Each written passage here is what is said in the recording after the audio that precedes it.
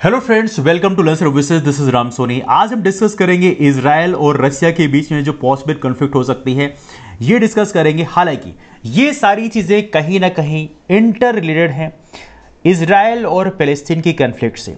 तो रसिया ने पॉसिबिलिटी है कि अनाउंसमेंट कर सकते हैं, युद्ध की घोषणा कर सकते हैं इजराइल के अगेंस्ट में। अब आप सोच रहे होंगे क्या इजराइल का जो रिलेशन है, रसिया का जो रिलेशन है, क्या पैलेस्तीन के साथ इतना अच्छा है कि रसिया पैलेस्तीन के लिए इजराइल में युद्ध की घोषणा कर सकता है? देखिए, अब इस पॉइंट को डिस्कस करूंगा मैं, एक एक पॉइंट डिस्कस करूंगा। बेसिकली क्या क्या इश्यूज हैं, क्या क्या कंट्रोवर्सी बढ़ सकती है। Let's talk about that one. तो मेरी गुजारिश है कि आप लोग लास्ट तक वीडियो देखिएगा, और जो हमारे नए फ्रेंड्स उनको बता दूं, लर्न सर्विसेज नाम का टेलीग्राम को भी फॉलो कर सकते हैं। यहाँ पर हमारे क्लासेस की जो लिंक है वो शेयर की आती है, और जब आप सिविल सर्विस तैयारी करना चाहते हैं तो हमारे बैच कोर्स को ज्वाइन कर सकते हैं। यहाँ पर टेलीग्राम में उसकी इंक्वायरी आप कर सकते हैं।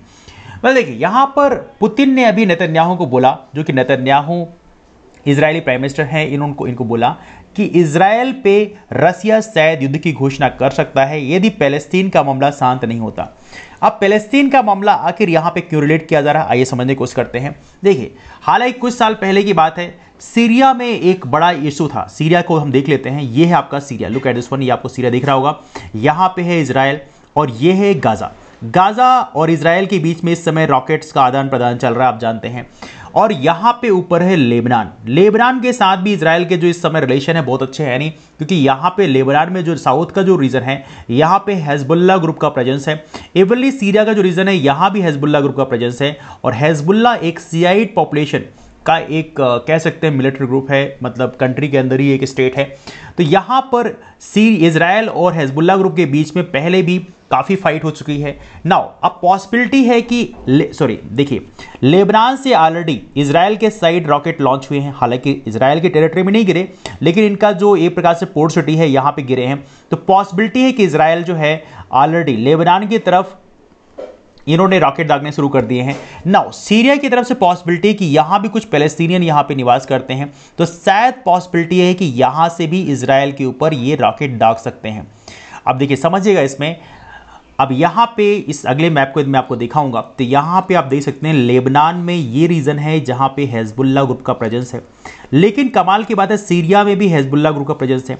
और ये हेजबुल्ला ग्रुप के ऊपर यदि किसी तरह से बम्बार्डमेंट इजराइल करता है, तो हेजबुल्ला ग्रुप यहां सीरिया से भी रिटेलिएट कर सकता है। और यदि सीरिया से रिटेलिएट करेगा तो इजराइल फिर सीरिया में रिटेलिएट करने लग जाएगा। और इजराइल सीरिया में अटैक करता है, इसका मतलब यह है कि सीरिया को प्रॉब्लम आ सकती है। सीरिया में इस समय है बशर अल असद। असद वही हैं जिनके अगेंस्ट में वार क्राइम का इनके ऊपर चार्ज लगाया गया था। Look at this one. Okay, यहाँ पे आप ये मैप देख सकते हैं। आप लुक एट द मैप। इस मैप को देखकर आप सारी चीज़ों को लोकेट कर सकते हैं। ये हमारा प्यारा India, this is great India. और यहाँ पे आप देख सकते हैं ये रीजन है आपका सीरिया का रीजन, और नीचे ये रीजन जो है इजराइल का, थोड़ा बहुत छोटा दिख रहा है। और ये रीजन रसिया का, रसिया फिर कजाकिस्तान, फिर ये ढेरों सारी कंट्रीज हैं।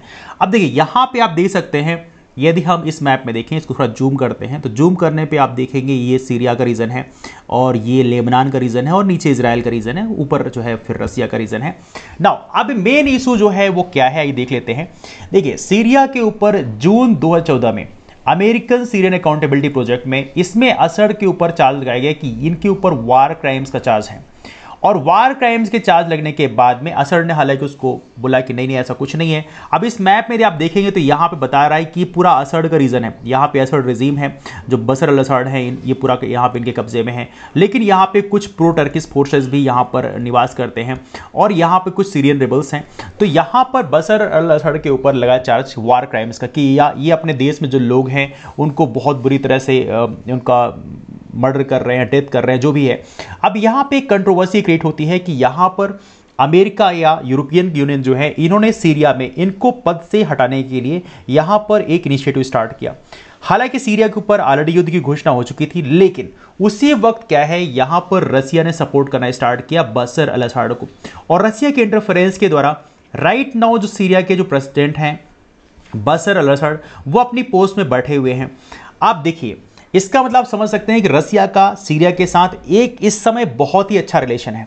और रसिया का यदि सीरिया के साथ काफी अच्छा रिलेशन है, इसका मतलब यह है कि रसिया ने सीरिया में बहुत सारे अपने मिलिट्री क्वार्टर्स बनाए हैं, हेडक्वार्टर्स बनाए हैं, और इसके चलते पॉसिबिलिटी है कि यदि सीरिया में किसी भी तरह से इजराइल यहां पर अटैक करता है तो पॉसिबिलिटी है कि यहां पर रसिया को गुस्सा आ सकता है, रसिया को हो सकता है रसिया के जो मिलिट्री जो हेडक्वार्टर्स है वहां पे किसी तरह से डैमेज होता है, और रसिया में किसी तरह के डैमेज का मतलब है कि इजराइल के लिए एक बहुत बड़ी मुसीबत स्टार्ट हो सकती है।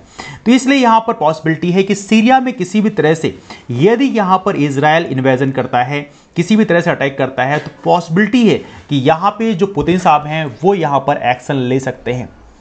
एनीवे, आई थिंक आप समझ चुके होंगे बेसिकली सीरिया पे यदि किसी भी तरह की कंट्रोवर्सी क्रिएट होती है, सीरिया में किसी भी तरह की प्रॉब्लम क्रिएट होती है, तो यहां पर कौन एक्शन ले सकता है?